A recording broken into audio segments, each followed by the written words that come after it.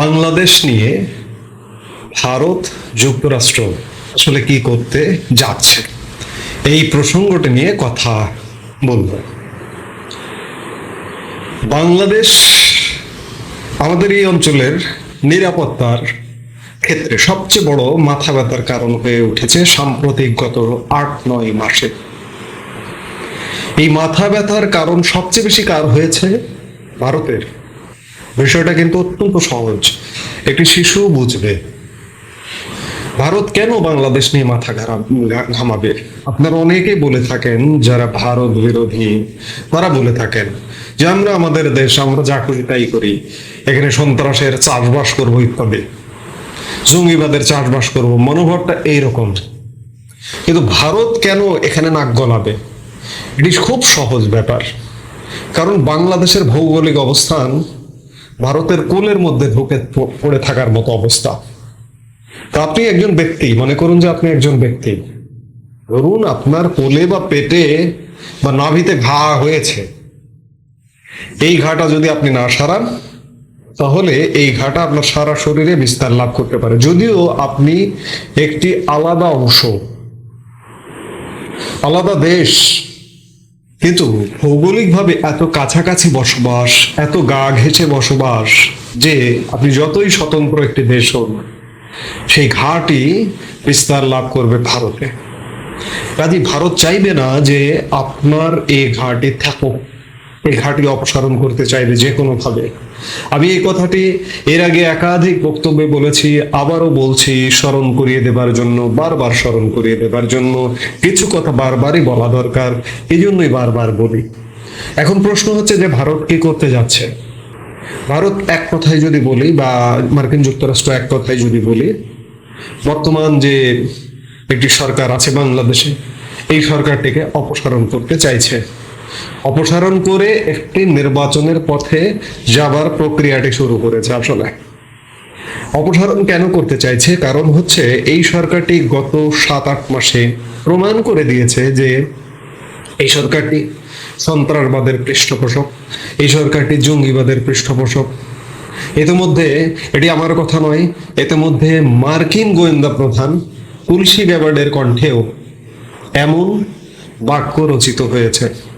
কদিন আগে আপনারা দেখলেন যে ভারতে যে দিল্লিতে যে নিরাপত্তা সম্মেলনটি হলো গোয়েন্দা প্রধানদের, তাবৎ তাবৎ দেশের, বড় বড় দেশের, সেখানে এসে তুলসী গ্যাবার্ড ভারতীয় গণমাধ্যমে সাক্ষাৎকারে বলেছেন বাংলাদেশ প্রসঙ্গে ইসলামের নামে অপব্যাখ্যা দিয়ে এখানে জঙ্গিবাদের সম্প্রসারণ করা হচ্ছে। অর্থাৎ মার্কিন যুক্তরাষ্ট্র এটি দৃঢ়ভাবে জানে, আর ভারত তো জানেই। তো এই জানার থেকে সবচেয়ে বড় কথা যে ইউনূস সরকারকে বিদায় করতে হবে যে কোনো ভাবে। এই বিদায় করাটা কিন্তু ওয়ান টুর ব্যাপার, যে কোনো সময় করা যায়, কিন্তু সবকিছুর একটা ফর্মালিটিস আছে। এই ফর্মালিটিস মেনটেন করেই এটি করবে। দেখুন, ভারত যদি চায়, মার্কিন যুক্তরাষ্ট্র চাইবে খুব স্বাভাবিকভাবে। মার্কিন প্রশাসনে, বর্তমান যে মার্কিন প্রশাসনটি, বারবার বলি যে মার্কিন প্রশাসনের রন্ধ্রে রন্ধ্রে ভারতীয়। আমি আরেকটি গুরুত্বপূর্ণ কথা বলবো যে দক্ষিণ এবং মধ্য এশিয়া বিষয়ক সহকারী পররাষ্ট্রমন্ত্রী একজনকে আপনারা চিনতেন, মার্কিন, ডোনাল্ডোর কেমন তৎপরতা ছিল আমাদের এই অঞ্চলে। আজকে বাংলাদেশের এই পরিস্থিতি বাইডেন প্রশাসনের যদি পৃষ্ঠপোষকতা হয়ে থাকে, এর অনুঘটক হিসেবে কাজ করেছেন সেই ডোনাল্ডো। এই ডোনাল্ডোর স্থলাভিষিক্ত হয়েছেন ট্রাম্প প্রশাসনে একজন ভারতীয় বংশোদ্ভূত পল কাপুর। এই পল কাপুর ভারত এবং পাকিস্তান নিয়ে তার একাধিক গ্রন্থ আছে, পাকিস্তানি জঙ্গিবাদ নিয়ে একাধিক গ্রন্থ আছে। ভারত পাকিস্তান বিষয়ক গবেষক পল কাপুর, এর মধ্যে বাংলাদেশও আছে। তাকে দায়িত্ব দিয়েছে ভারতীয় বংশোদ্ভূত পল কাপুর। ভারতে সফরে আসছেন খুব শীঘ্রই। মার্কিন ভাইস প্রেসিডেন্ট জেডি ভান্স শীঘ্রই সফরে আসছেন, যিনি ভারতের জামাতা। তাহলে ভারত যদি চায়, মার্কিন যুক্তরাষ্ট্র চাইবে। এখন কোন প্রক্রিয়ায়? এখানে কি শক্তি প্রয়োগ করতে হবে? এখানে কি বল প্রয়োগ করতে হবে মোহাম্মদ ইউনূসকে বিদায় করতে?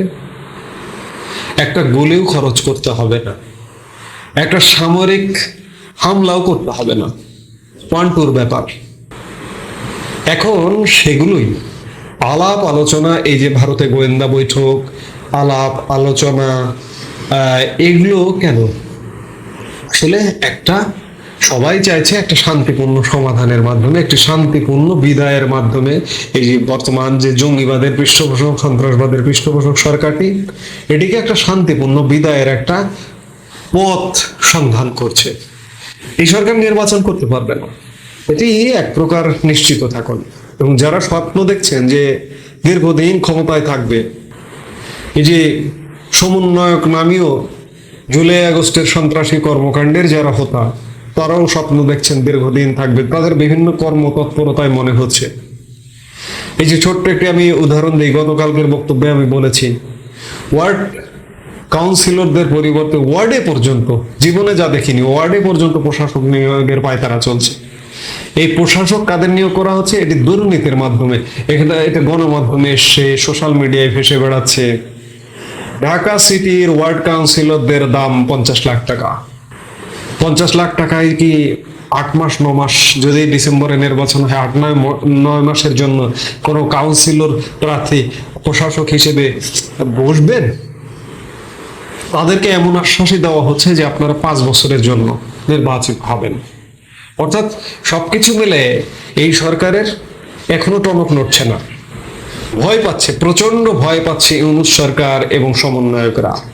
কারণ ভারত তো আছে, মার্কিন প্রশাসনে ভারতীয়দের রমরমা অবস্থা, এবং যেভাবে তৎপরতা শুরু হয়েছে, প্রচন্ড ভীতির সঞ্চার হয়েছে। কিন্তু তারপরেও তারা ভাবছে যে আমাদের কিছুই হবে না। কিছু হবে কিনা এটি খুব শীঘ্রই টের পাবে। এবং আমার ধারণা, বাংলাদেশ মুক্তিযুদ্ধে স্বাধীনতা অর্জন করতে 9 মাস লেগেছিল।